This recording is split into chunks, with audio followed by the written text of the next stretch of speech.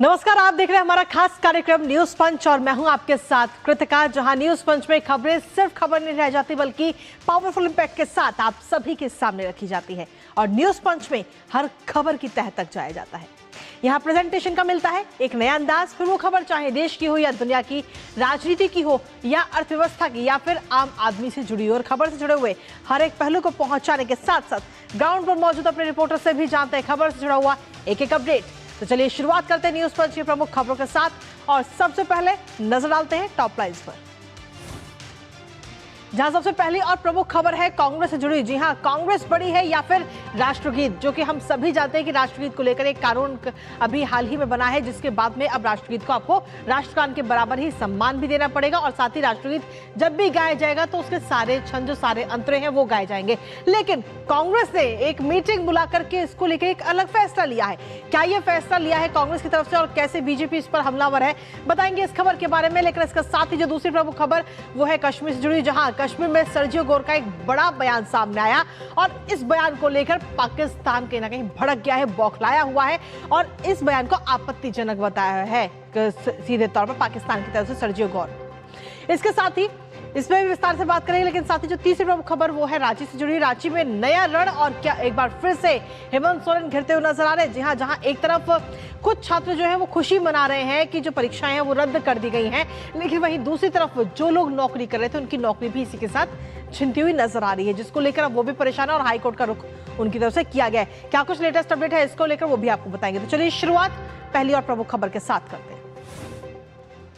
सबसे पहली और प्रमुख खबर वंदे मातरम से ही जुड़ी है, जहां वंदे मातरम को लेकर सियासी घमासान इस समय छिड़ा हुआ है। जहां हाल ही में राष्ट्रीय गीत को राष्ट्रगान के बराबर का दर्जा देने वाला कानून बना है, जिसके बाद भारतीय जनता पार्टी और कांग्रेस में ये विवाद लगातार बढ़ता जा रहा है। हाल ही में 15 अगस्त को कांग्रेस के कार्यालय में झंडारोहण के दौरान कांग्रेस की शीर्ष नेता सोनिया गांधी ने राष्ट्रगीत को बीच में ही रोकती हुई वो नजर आई थी, जिसके बाद ये विवाद गर्मा गया और अब बीते कल कांग्रेस ने सीडब्ल्यूसी की बैठक में ऐसा प्रस्ताव दिया कि जिसको लेकर भारतीय जनता पार्टी हमलावर है और पूरा घमासान इस पर मचा हुआ है। दरअसल कांग्रेस ने यह फैसला किया है कि वो राष्ट्रगीत के 2 ही अंतरे गाएगी और इस पर कांग्रेस ने आखिर क्या कुछ कहा है और बीजेपी कैसे हमलावर है बताएंगे आपको, साथ ही करेंगे चर्चा। उससे पहले आपको दिखाते हैं वंदे मातरम से कांग्रेस को परहेज।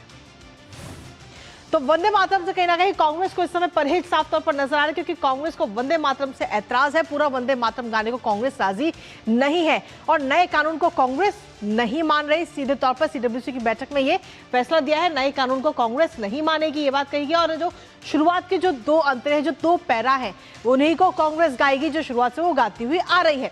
इसके साथ ही सीडब्ल्यूसी की बैठक में ये जो महत्वपूर्ण प्रस्ताव है वो पारित किया गया और ये फैसला लिया गया है। शुरुआती की जो 2 छंद है उन पर सहमति बनी है और कांग्रेस का कहना है कि 1937 के प्रस्ताव का वो पालन कर रहे हैं, जो 1937 के प्रस्ताव में सामने आया था।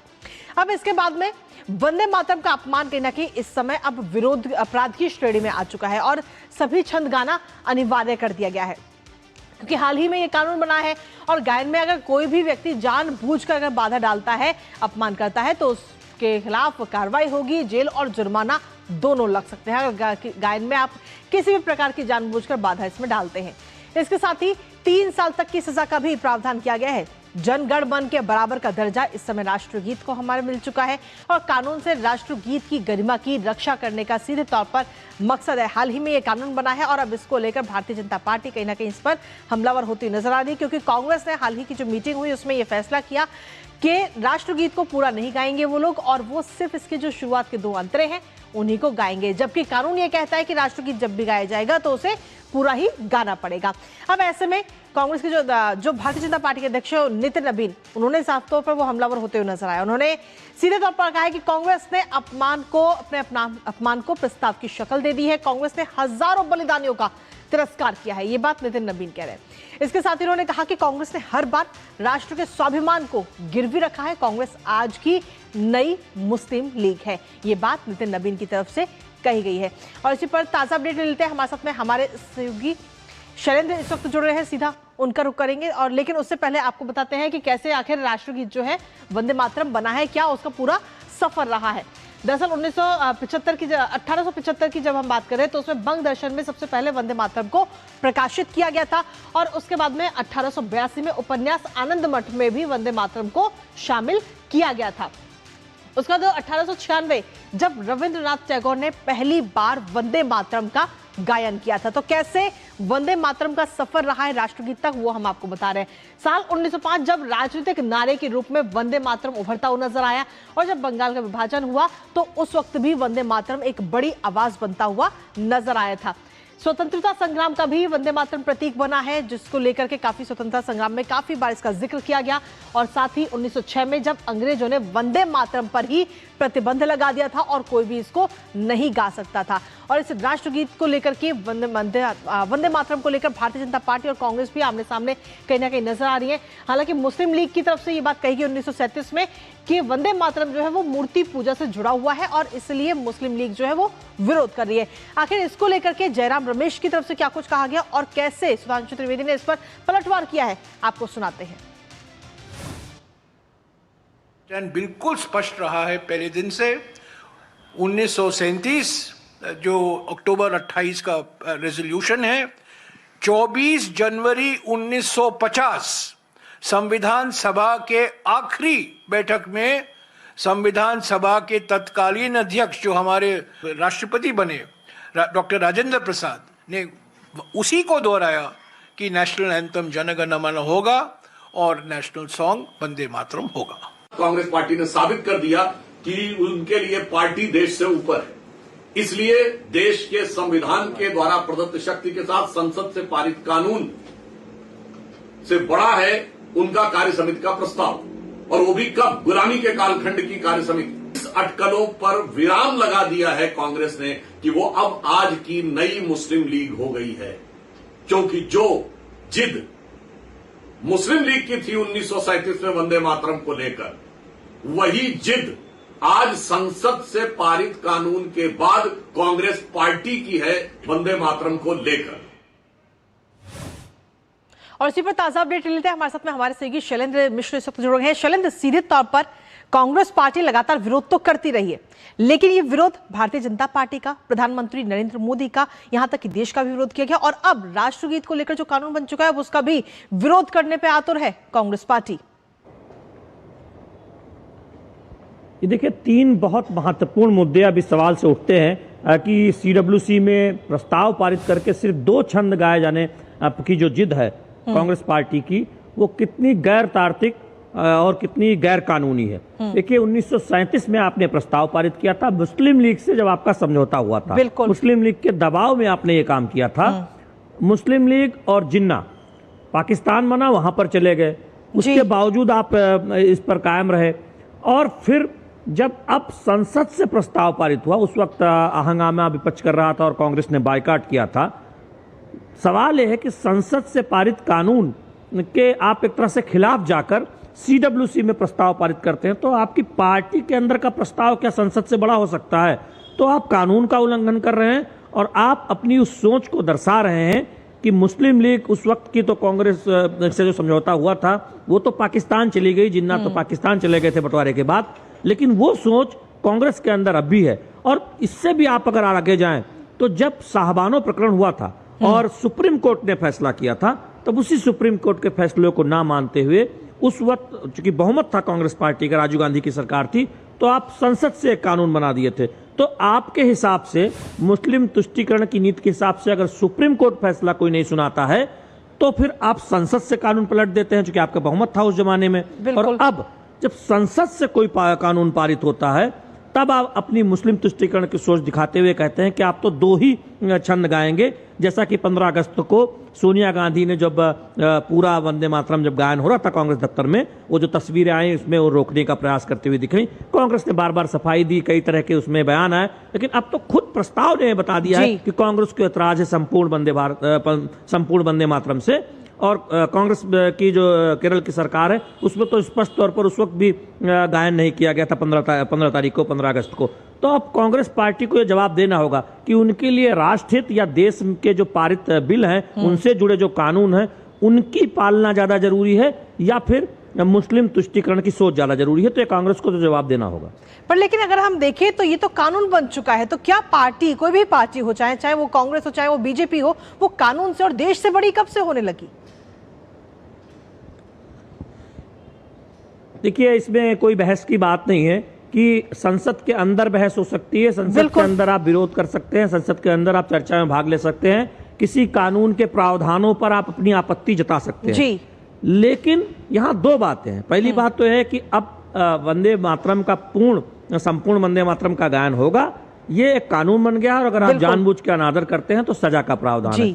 दूसरी बात है कि वंदे मातरम के गायन का विरोध वही लोग करते हैं जो दरअसल भारत माता का विरोध करते हुए नजर आते हैं, जो दरअसल मुस्लिम तुष्टीकरण के नाम पर कहते हैं कि उनके लिए ये सही नहीं है या फिर वो इसे पूरा नहीं गा सकते जी।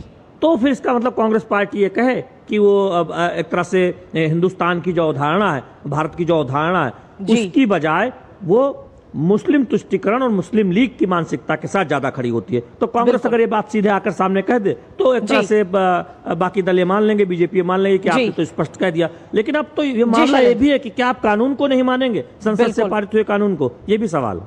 चलिए, बहुत बहुत शुक्रिया तमाम जानकारी हमारे साथ साझा करने के लिए शैलेंद्र, इस महत्वपूर्ण खबर से जुड़ी और इस पर नजर लगातार बनी रहेगी। लेकिन इसी बीच रुकेंगे एक छोटे से ब्रेक के लिए, आप बने रहिए हमारे साथ। हिंग देना, वो वाली MDH की सुपर हीट। जिन्होंने यूज किया है वो जानते हैं असली हींग का स्वाद। MDH सुपर हीट, शुद्धता का असली तड़का। असली मसाले सच सच MDH। पता है, लोग अक्सर मुझसे पूछते हैं कॉल सेंटर का स्टेडी जॉब क्यों छोड़ा। I wanted more out of life, बस मैंने अपना स्टार्टअप शुरू किया। जानना चाहोगे कैसे? Then start up your own business as an LIC agent. यहाँ सब कुछ है, great products, zero investment, leading organization and unlimited opportunities. तो क्या आप तैयार हैं? LIC एजेंट बनो, अब बड़ा सोचो। हमारी वेबसाइट पर जाएं या अपनी नजदीकी LIC शाखा से संपर्क करें। जब धरती चीर कर निकलता है लोहे का पत्थर और मिलता है मोंगिया के जोश से, फिर तपता है, पिघलता है और बनता है फौलाद। अब होता है सरिया सारी खूबियों के साथ। मोंगिया स्टील, मजबूत देश का मजबूत सरिया। भारत की सबसे बड़ी gold loan NBFC Muthoot finance से गोल्ड लोन लीजिए और फिर देखिए सोना क्या नहीं कर सकता। कॉल कीजिए 1-800-313-1212। और ब्रेक के बाद एक बार फिर से स्वागत आप सभी का। आप रुक करते हैं हमारी दूसरी महत्वपूर्ण खबर का। भारत में अमेरिकी राजदूत सर्जियो गौर जम्मू कश्मीर और लद्दाख के 2 दिवसीय दौरे पर श्रीनगर पहुंचे थे।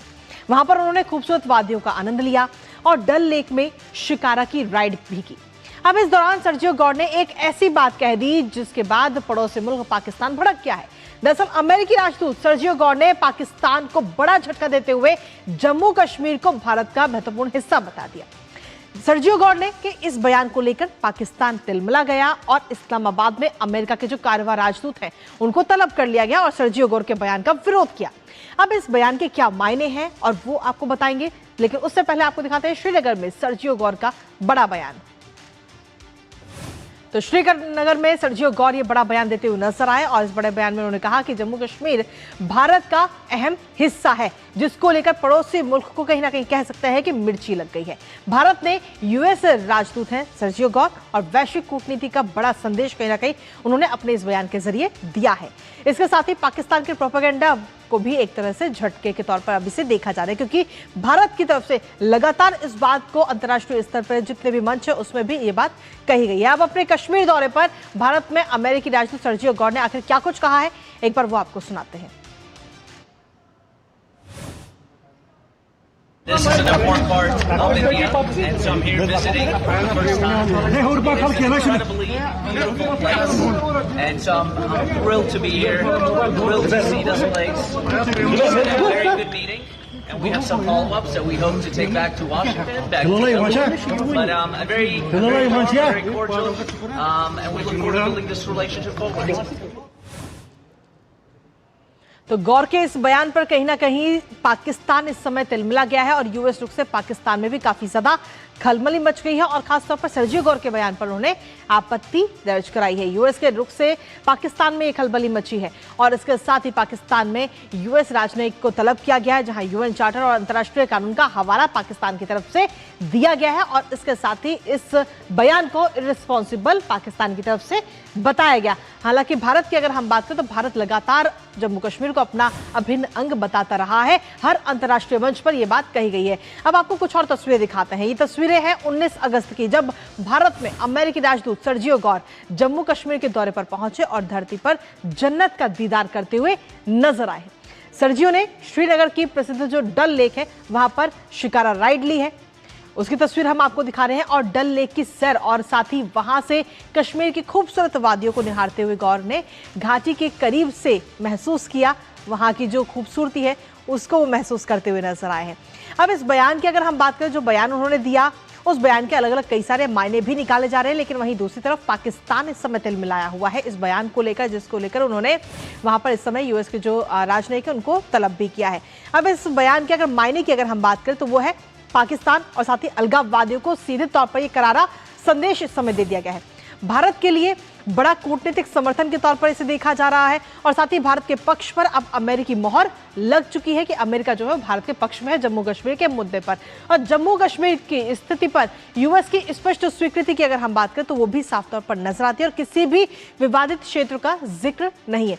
इसी पर हमारे साथ खास बातचीत करने के लिए आज हमारे साथ खास मेहमान जुड़ रहे हैं, सीधा उनका रुख करते हैं।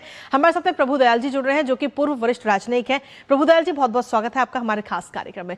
प्रभु दयाल जी, सर्जियो गौर के इस बयान को लेकर पाकिस्तान में काफी ज्यादा मिर्ची कहीं ना कहीं लगी हुई है और इसको लेकर उन्होंने इस बयान को इर्रिस्पॉन्सिबल बताया है कि ये इर्रिस्पॉन्सिबल बयान है, जबकि भारत हर मंच पर, हर अंतर्राष्ट्रीय मंच पर यह बात कहता रहा है कि जम्मू कश्मीर भारत का अभिन्न अंग था, अभिन्न अंग है और अभिन्न अंग रहेगा। सर जी, अपने शो में बुलाने के लिए आपका बहुत बहुत धन्यवाद।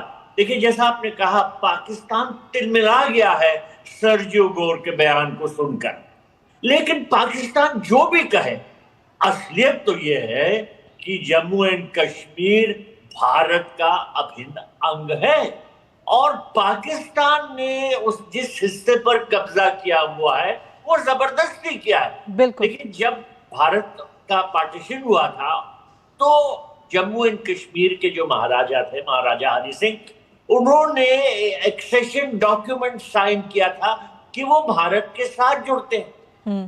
पाकिस्तान ने जबरदस्ती हमला करके कुछ हिस्सा अपने कब्जे में कर लिया, तो क्या वो हिस्सा पाकिस्तान में होना चाहिए? कभी नहीं होना चाहिए। पाकिस्तान का कब्जा नाजायज है और भारत का अंग है जम्मू एंड कश्मीर। एक ही मुद्दा बाकी है कि कैसे हम वापस लेंगे वो हिस्सा जो अब पाकिस्तान के कब्जे में। देखिए, पीओके जो है, पाकिस्तान ऑक्यूपाइड कश्मीर, वहां के लोग ही पाकिस्तान से परेशान हैं, उनको रोजी रोटी नहीं मिल रही है, वो सड़कों पे उतरे हुए हैं बड़ी संख्या में पाकिस्तान की हुकूमत के खिलाफ प्रोटेस्ट करने के लिए, उन पे गोलियां चलाई जा रही हैं। बिल्कुल। तो क्या पाकिस्तान को अकल आएगी कभी? क्या वो ऐसा ही करता रहेगा? असली बात यह है कि चाहे सर्जियो गौर कहें या ना कहें, जम्मू एंड कश्मीर भारत का अभिन्न अंग है और रहेगा। बिल्कुल। इसके साथ ही अब सर्जियो गौर के इस बयान के हम क्या मायने निकाल सकते हैं, क्योंकि अब ये कहा जा सकता है कि अमेरिका की तरफ से समर्थन मिल चुका है भारत को इस मुद्दे पर। देखिए, सर्जियो गौर का जो ये बयान है बहुत महत्वपूर्ण है, लेकिन हमें देखना होगा कि अब आगे क्या होगा। क्योंकि अक्सर ऐसा होता है कि अमेरिका आज कुछ कहता है, कल कुछ और कह देता है। तो क्या इस्लामाबाद में जो यूएस एम्बेसी है वो कोई बयान देगी? किस तरह का बयान देगी? स्टेट डिपार्टमेंट क्या बयान देता है? हमें देखना होगा। लेकिन सर्जियो गौर ने जो कहा है वो असलियत बयान करता है कि जम्मू एंड कश्मीर भारत का इम्पोर्टेंट अंग है, यानी अभिन्न अंग। बहुत बहुत शुक्रिया प्रभु दयाल जी, अपना कीमती समय हमारे आज के इस खास कार्यक्रम में देने के लिए। और इसी के साथ चलिए अब रुक कर लेते हैं हमारी तीसरी महत्वपूर्ण खबर का। झारखंड में भर्ती परीक्षाओं में कथित अनियमितताओं के खिलाफ 26 दिनों से जारी छात्र आंदोलन बुधवार को 2 महीने के अल्टीमेटम के साथ स्थगित हो गया है। जेपीएससी जेएसएससी रिफॉर्म्स मंच ने सरकार के निष्पक्ष जांच और भर्ती व्यवस्था में सुधार की मांग की है। जहां एक तरफ आंदोलन की जीत, वहीं दूसरी तरफ कुछ लोगों के लिए नौकरी का संकट भी पैदा हो गया। जी हां, राज्य सरकार ने दरअसल 2014 से लेकर अब तक जेपीएससी जेएसएससी और एक आउटसोर्स एजेंसी की ओर से आयोजित 22 भर्ती परीक्षाओं को रद्द करते हुए 23 अन्य परीक्षाओं को जांच कराने का फैसला किया। अब परीक्षा रद्द होने के फैसले के साथ ही करीब 2000 सफल अभ्यर्थियों ने अलग से अब आंदोलन शुरू कर दिया है और इनमें बड़ी संख्या में उन अभ्यर्थियों की है जिन्होंने जेएसएससी सीजीएल परीक्षा के जरिए नौकरी मिली थी। अब इसमें से कुछ अभ्यर्थियों ने झारखंड हाईकोर्ट में याचिका दाखिल करके सरकार के परीक्षा रद्द करने के फैसले को चुनौती भी दी है। कुल मिलाकर हेमंत सोरेन सरकार इस समय पूरी तरह से घिर चुकी है। ताजा अपडेट जानेंगे अपने सहयोगी से, उससे पहले आपको दिखाते हैं हेमंत सोरेन के सामने नया संकट। तो हेमंत सोरेन के सामने इस समय नया संकट पैदा हो चुका है क्योंकि अब नौकरी गंवाने वालों का प्रदर्शन शुरू हो चुका है। एक तरफ इससे पहले अभी हम देखें तो 26 दिनों तक छात्रों की तरफ से आंदोलन रहा इन नौकरियों को लेकर के, इन परीक्षाओं को लेकर, और जिसके बाद अब जब ये परीक्षाएं रद्द की गई हैं तो जिन लोगों ने अपनी नौकरी गंवाई है इसके तहत वो लोग अब प्रदर्शन कर रहे हैं और फैसले के खिलाफ प्रोजेक्ट भवन में धरना भी दिया गया। सचिवालय परिसर में ये प्रदर्शनकारी घुसे हैं और लगातार मांग कर रहे हैं। और इसके साथ ही कुछ लोगों ने, जिन लोगों ने नौकरी संकट जिनके ऊपर आया है, उन लोगों ने हाईकोर्ट में जाकर भी अपील की है। नियुक्तियां बहाल करने की मांग इस समय की जा रही है और सरकार पर दबाव में फैसला लेने का आरोप इस समय ये सभी छात्र लगाते हुए नजर आ रहे हैं। एक फैसले से हजारों नौकरियों पर संकट आ चुका है। कल तक नौकरी थी लेकिन आज उनके भविष्य पर सवाल खड़े हो गए हैं, जिसको लेकर यह कहा जा रहा है कि सरकार पर तमाम सवाल भी खड़े हो रहे हैं और हेमंत सोरेन सरकार इस समय पूरी तरह से घिरती हुई नजर आ रही है। और सरकार पर सवाल इसलिए है क्योंकि भर्ती प्रक्रिया में गड़बड़ी का दोषी आखिर कौन है? परीक्षा कराने वाली व्यवस्था दोषी है या साजिश में शामिल जो अधिकारी हैं वो कसूरवार हैं? अब वो लोग जिनको नौकरियां मिल गई थी लेकिन अब वो अचानक से एक झटके में सड़क पर आ गए हैं, उनका क्या होगा? और ईमानदारी से जिन लोगों ने नौकरी पाई उनका क्या कसूर है? अगर उनकी नौकरियां जा रही हैं तो दोषियों को आखिर कब दंड मिलेगा और निर्दोष अभ्यर्थी आखिर क्यों इसकी भेंट चढ़ गए? ये तमाम सवाल हैं जो इस समय हर किसी के जहन में आ रहे हैं। वहीं अगर छात्रों के आंदोलन की हम बात करें तो ये आंदोलन जो कि 26 दिनों तक चला और 26 दिन तक चलने के बाद में ये आंदोलन फिलहाल के लिए 2 महीने यानी कि 60 दिन के लिए स्थगित कर दिया गया है। सरकार को 60 दिन का समय दिया गया है, अल्टीमेटम दिया गया है और यह कहा गया है कि अगर मांगे उनकी पूरी नहीं होती हैं तो एक बार फिर से आंदोलन होगा और हमें सिर्फ आश्वासन नहीं चाहिए, निष्पक्ष जांच चाहिए इस पूरे मामले पर। ताजा अपडेट के लिए सीधा रुख करता है हमारे साथ हमारे सहयोगी जुड़ गए हैं रांची से दिवाकर। हेमंत सोरेन सरकार, इधर कुआं और इधर खाई वाला हाल हो चुका है इस समय। पहले छात्रों की तरफ से 26 दिनों का प्रदर्शन और जैसे तैसे करके उनको राजी किया, लेकिन अब दूसरी तरफ वो छात्र प्रदर्शन कर रहे हैं जिन्होंने इसके दम पर नौकरी हासिल की थी क्योंकि वो एक दिन में, एक रात में ही कहीं ना कहीं सड़क पर आ चुके हैं।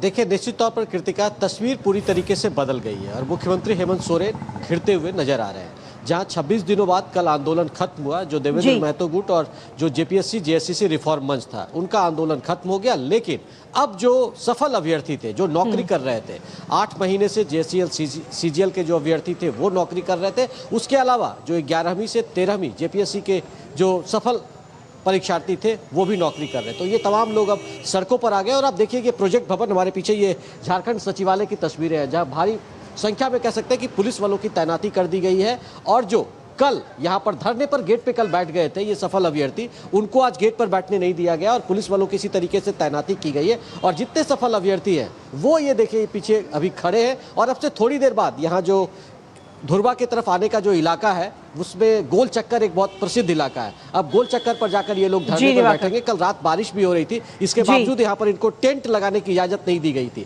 तो आप देखिए किस तरीके से इनका टेंट ये छोटा सा लगा है और यहाँ पर ये इसी तरीके से खड़े हैं और लगातार अब इनकी तरफ से जो प्रदर्शन है वो उग्र प्रदर्शन किया जा रहा है। कल इन्होंने जो है मार्च निकाला था और आज इनके परिजन भी इस विरोध प्रदर्शन में शामिल होंगे। चलिए, बहुत बहुत शुक्रिया दिवाकर, तमाम जानकारी और अपडेट्स हमारे साथ साझा करने के लिए। इस खबर पर अपनी नजर लगातार बनाए रखेगा। फिलहाल आपका शुक्रिया। और इसी के साथ फिलहाल न्यूज पंच में मुझे और हमारी पूरी टीम को दीजिए अनुमति। दोपहर 2 बजे फिर होगी आपसे मुलाकात। तब तक के लिए नमस्कार।